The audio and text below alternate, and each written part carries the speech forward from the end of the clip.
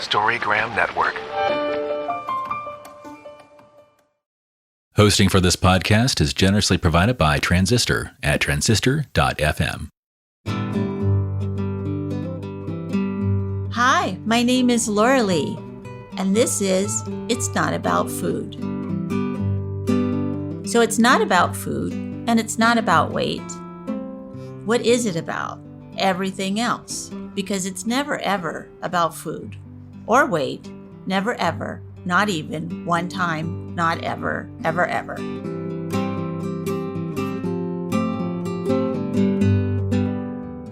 Hello, everyone. This is Laurelee Roark from It's Not About Food podcast. So grateful you could join us today. We're going to be talking about spirituality, but I promise it'll be really great. So the front of the card is the goddess is standing on earth and the deer is next to her, and it's a beautiful sun that she's holding in her hands exactly. It's like the light of spirituality. And there's nature around and there's all these rays, and it's just a gorgeous card. You know, we've had several artists, but the person who was the last one and did the colors on this is just gorgeous how she did it. But anyway, so spirituality at the heart of every person is a yearning from the deepest part of our souls that must be heard. It is a desire to awaken, embrace our whole selves, and see the past. It is a desire to awaken, embrace our whole selves, and see past the limitations we have put on ourselves. It is the knowing that we are connected with a universal love and a spiritual presence that holds the flame of our true essence of love and light. When we begin to accept that each one of us was born with divine spirit, then we can stop struggling with defining ourselves as good or bad, as our body size or the food we eat. We can then move on to simply expressing our true selves. So I think about this card when I'm really struggling with what does it mean to be 70 years old? What does it mean to be an American? I was just in Europe. What does it mean to be white in a culture that I've got so much privilege? What does it mean to have 2 dogs and a cat? And what does it mean to live in Sonoma, California? And to me, I really love this little card that says, at the heart of every person is a yearning from the deepest part of our souls. I mean, it's so true. I was not willing to live one more second having to worry about my weight and my food at some point in my recovery. And I was really grateful to find recovery when I did. And it felt like that. It felt like my heart was going to burst out of my chest if I didn't do something different. And I had tried to do something different a lot of the time, but I had to go so much deeper than that, and so much more into a universal love, or so much more into a spiritual presence than I wanted to do, really. I didn't think that was going to be what I wanted to do, but I did do it. And so a lot of the times when I work with clients, I try to get them into that part of themselves that is beyond hunger, beyond food, beyond things, beyond even the world that we live in. And I don't care who you are and how horrible your childhood is. We all know what the divine is inside of us. We know what the divine mother is. We know what the universal love is. Even if we haven't been shown it very often, we do have it in there. We do know it. And I think that's our spirit. I think that's our soul coming out. And we're so much more than a size, I don't know, whatever it is, like I said to somebody else, what even is a size 00? What is that? I mean, when did we become 0 people? That we don't even get our own size, we get a number that's a less than a number, less than a number. Anyway, so I'm so grateful to have my next guest on. And I'm going to let her introduce herself and tell us who she is and what she's doing. And then we'll have a talk about spirituality. That's so beautiful. Thanks so much, Laurelee, for sharing that. My name is Corinne. I am a registered dietitian, nutrition therapist and certified intuitive eating counselor in Marin County, California. My office is in Mill Valley for those who are familiar with the San Francisco Bay Area. I work with individuals who are in recovery from eating disorders, disordered eating, diet culture, and those really looking to have a non-weight focused approach to food and body that is essentially bringing them more connected with themselves and who they are and how they ultimately want to be living their life. And I also do a lot of work around the recovery process with families and caregivers to support their loved ones as they heal and as they recover. So important. And what brought you to this work?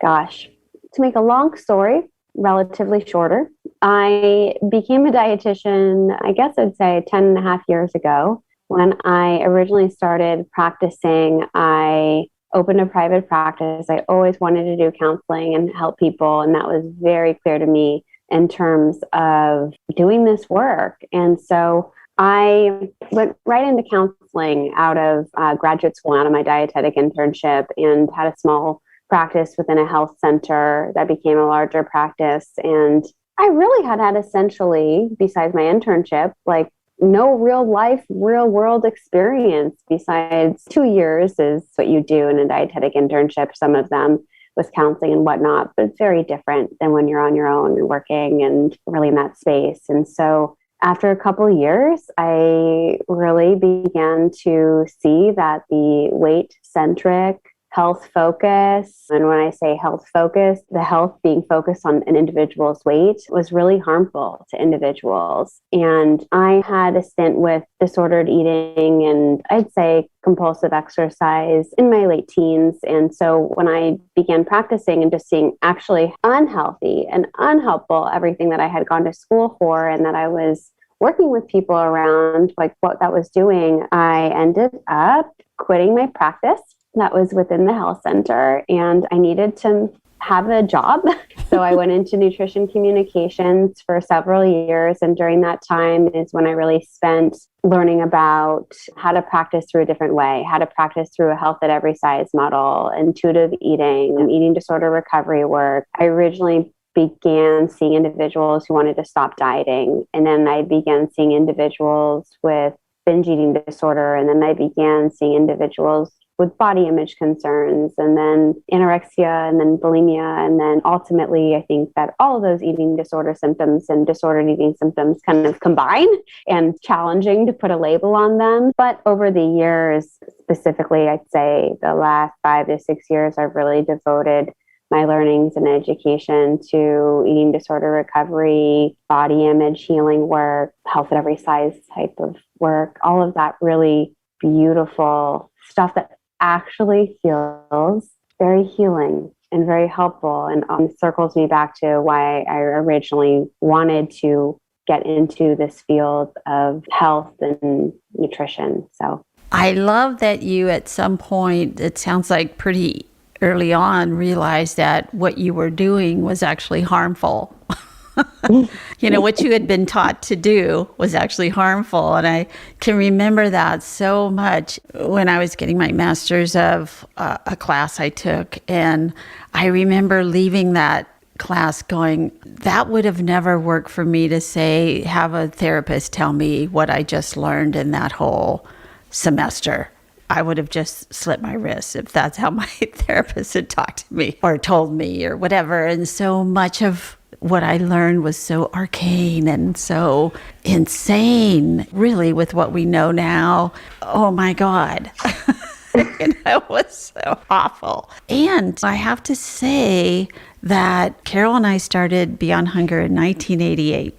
And before that, I was just struggling with my own eating disorder so much. And I had a friend who was a nutritionist, and I was complaining to her that this whole nutrition thing was not working for me, and I didn't understand why. But she would give me a week's worth of ideas for food, and I would eat all of those meals in one day. And she says, you sound like a lot of my other clients. And I said, who are they? We have to get them together and have a group. And I read Fat as a Feminist Issue and Janine Ross books and Carol Munter's book and Jane Hersham, Overcoming Overeating. And I said, there is a way to do this, but I don't know how to do it without a whole bunch of people around me. I can't do it by myself, apparently. And so that was really the first group that I put together with nutritionists. And then this wasn't really her path, and so she left, and I was introduced to Carol, and that's when we started Beyond Hunger. But really, I started this for my own recovery of how do I do this? How do I eat intuitively in a diet culture that I lived in and that we all live in America? And this whole thing about, at that time, it was you were fit or fat. And fat was not okay, but carbs were. What a different world that is than where we are right now. You know, so you would just take out large parts of your food intake out and only eat these things, and everything else was the devil's work. And we went through that over and over again through these years.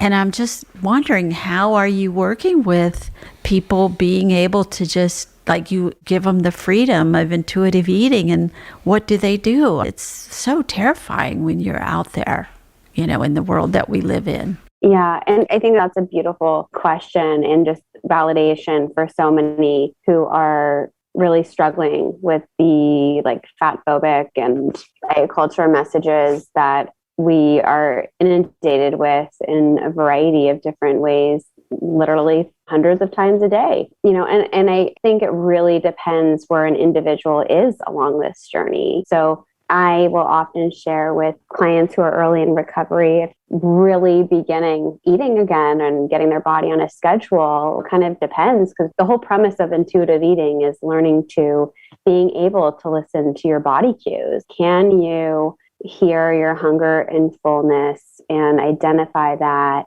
but not even hunger and fullness, because we also have feelings and emotions that have feelings within the body. It's the entire concept of interoceptive awareness, as you know. So can you learn to listen to the information that your body is sharing with you and then respond to those cues in a caring, timely manner while removing the psychological roadblocks that are presenting for you? And so it's so interesting, because one of the things that I will share with folks is that if we have no connection, which so many of us do, if we have no connection to our body cues, then it's challenging to follow those. So it wouldn't be appropriate. You know, what if you weren't then hungry for 5-6 hours? That's not appropriate then not to eat. So part of the experience is being able to, I think, marry some of that really scientific work around feeding ourselves consistently and frequently throughout the day, and then learning to build up those skills to, what do you really want to be eating? What feels satisfying to you? How can you respond to those cues in a really caring, timely way, and pay attention to what are some of the blocks that come up for you? One of the things that I often say to folks is that having to pee is a body cue, right?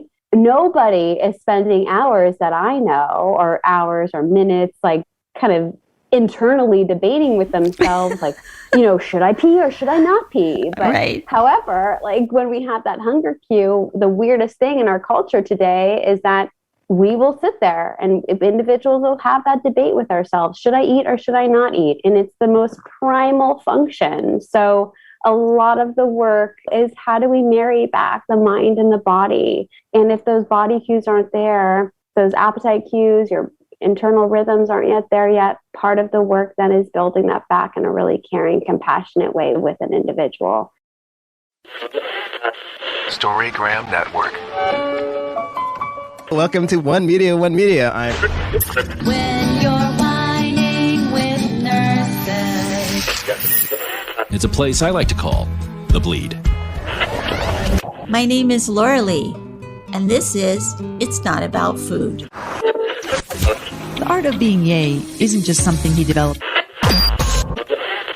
Storygram Network. It's so true.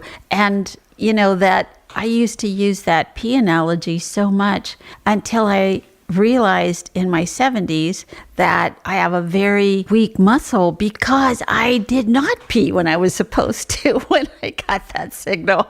All those years of being a therapist and a waitress and a hairdresser that I just let me get 10 more minutes in here before I go pee. So I've had to do all these different exercises about that, which I'm glad that there is something like that. But yeah, we, especially as women, I think that we turn off anything underneath our chin and just, I don't want to talk about that right now. I don't want to look at that. I don't want to feel it.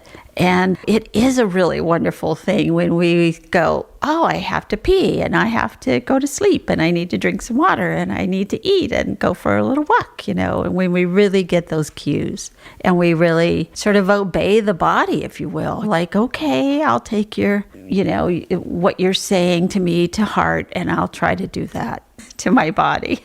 Yeah. But Laurelee, you bring up the amazing thing I think that we were getting at earlier is what does the work look like then? And it's so individual and contextual and nuanced, but what does the work look like then for an individual when those body cues aren't super present? Like when you aren't maybe hearing that you have to pee or when that connection is off. And then, I think it becomes a partnership with you and your client or you and yourself rather. And there's just so much more to do around that to talk about there that I will hold, but it's important. And then how do you bring the spirituality part into this with your clients? I want to share with you that I was going to discuss a different card and I think the card I was originally going to express because it may help bring some context into this interview.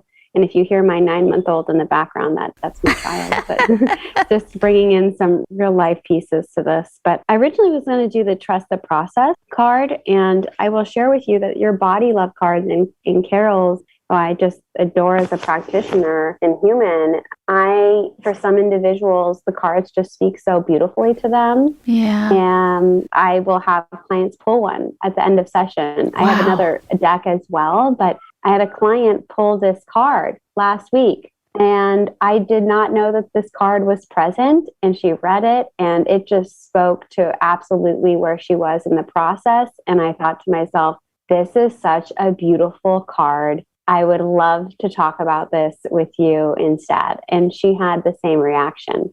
Yes, I love that. I love it. And what about it for you? What about it went to yourself about this? I think that this is the heart of who we are as people and of any of that inner work that we ultimately decide to do, whether you're going to decide to go on your recovery process or, I relate this back to the beginning of my story, really check in with who you are as a human being. And could I do this work that I went to school for and thought it was supposed to look for a certain way? And I'll speak to over a decade ago when I was going through some of my own food and body issues. I read the book, The 4 Agreements.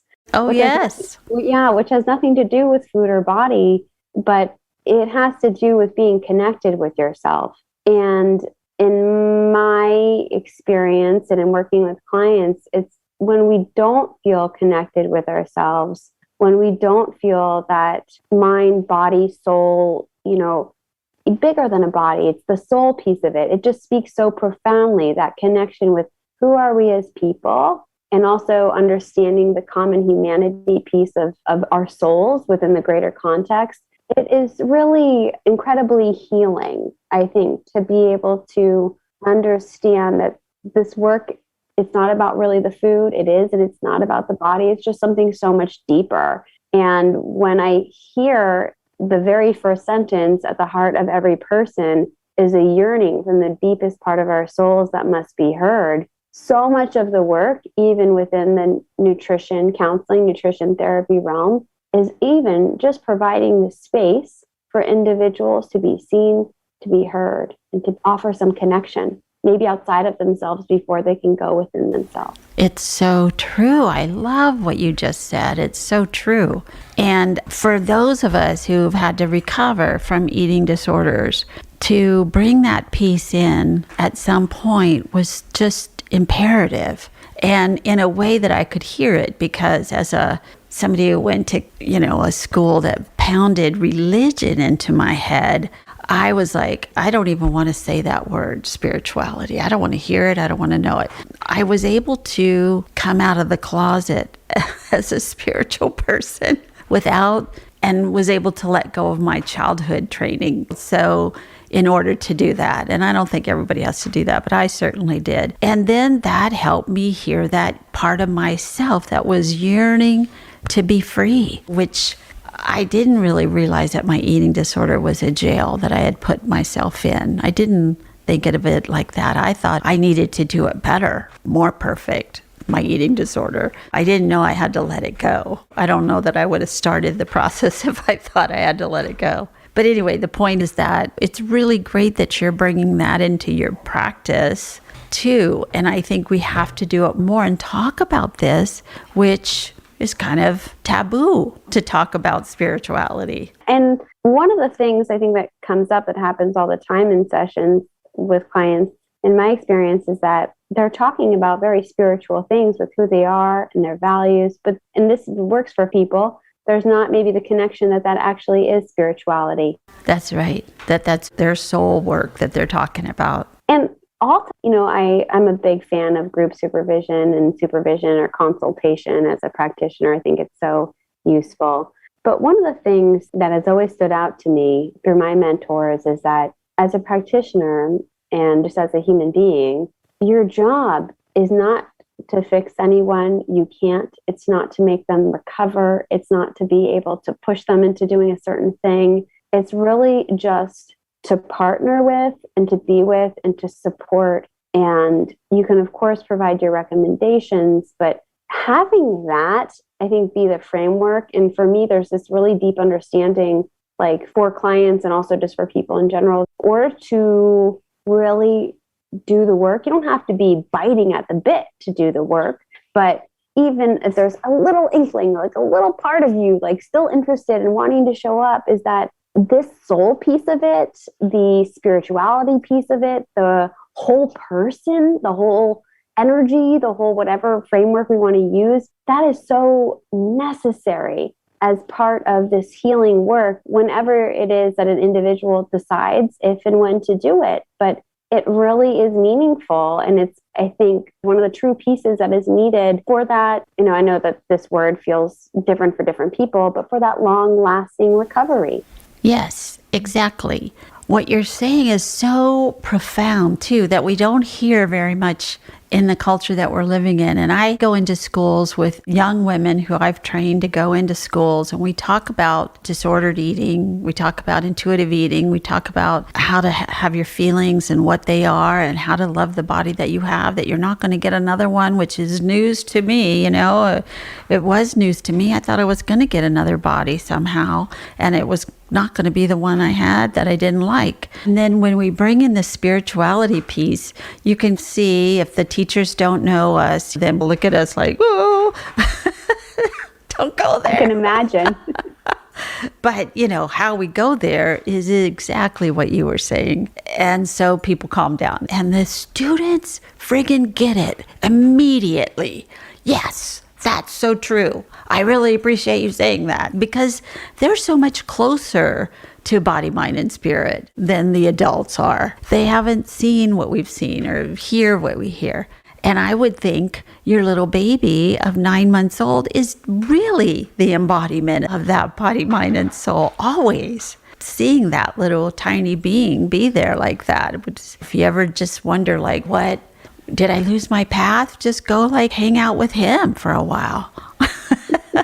I know. I have a 3-year-old as well. And you begin to watch how they just inhibit their bodies and food choices and just the free spirit and just how they're different. And I think that really intangible piece of who we are as beings, like the energy, the values, our predisposition and tendencies, it's just, I think it's so miraculous. And it's so unique to see how we're all different, yet we're all the same in certain ways, and that everybody has a yearning. I think, which it goes back to this card with the spirituality piece, is that we all have a yearning and a desire to feel connected with ourselves, and creating the space for one another and for ourselves to do that. Like for me, that is just going out in nature and listening to the birds or hiking and hearing my breath as I go along the steps. But when it does, it's like, oh, you're so grounded, you're so present, you're connected with other pieces. And it could look like crochet for you. It could look like a really connected soul conversation, a good cry. I don't know, but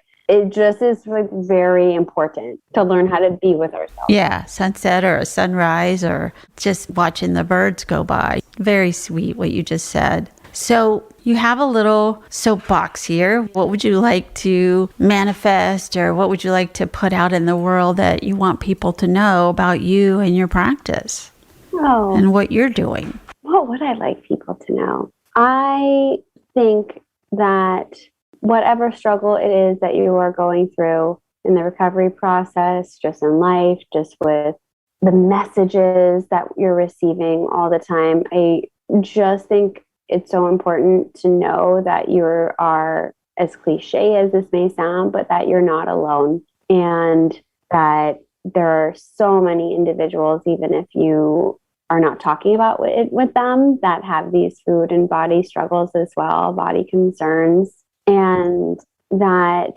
the part of you that you're wanting, that is so wanting to feel connected, that it may feel really challenging in the beginning because you're being with yourself. And I think for so many of us today, that stillness piece and just the listening piece and not being distracted piece is hard. It's so hard, especially just going through the pandemic, of just, oh my gosh, yes. Just sit inside your house for several months and be quiet and don't go outside and don't touch anything and don't breathe on anyone.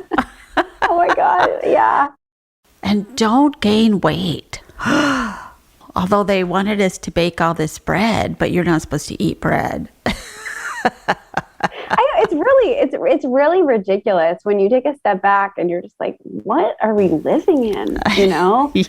It just, anything that is just not helpful to your path and where you are, tune it out. I know that's so challenging, and I don't mean to say it and be flippant about it, but that is just not useful for you then on your path. No, it's not useful at all. Yeah. So I just think that in whatever way that you want to feel connected with yourself and truly connected with yourself, I just want people to know that if you try to do that, there's emotions coming up or it feels challenging, that's normal. Yay! and that don't let that push you away from listening to what it is that you are truly wanting in your life and for yourself, because sometimes you have to go through a little bit of those puddles before you get to the end of the rainbow. And then you have to have more puddles that you go through. And that's just part of the process, but that's okay. That's so true.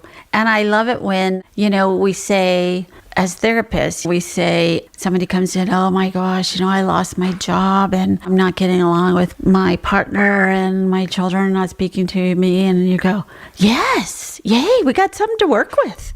Let's go.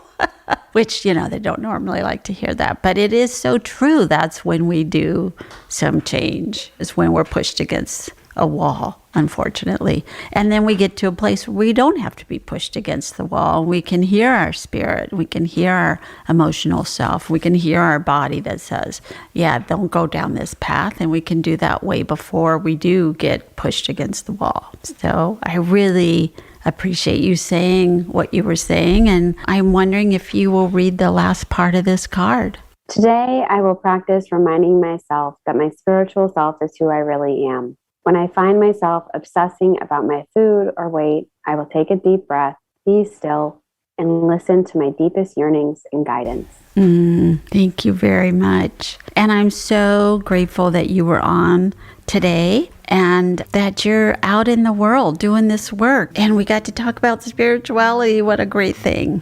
So thank you very much. Thank you for listening. And be sure and follow me on Patreon, Instagram, Twitter, Facebook, and itsnotaboutfood.com. Thanks.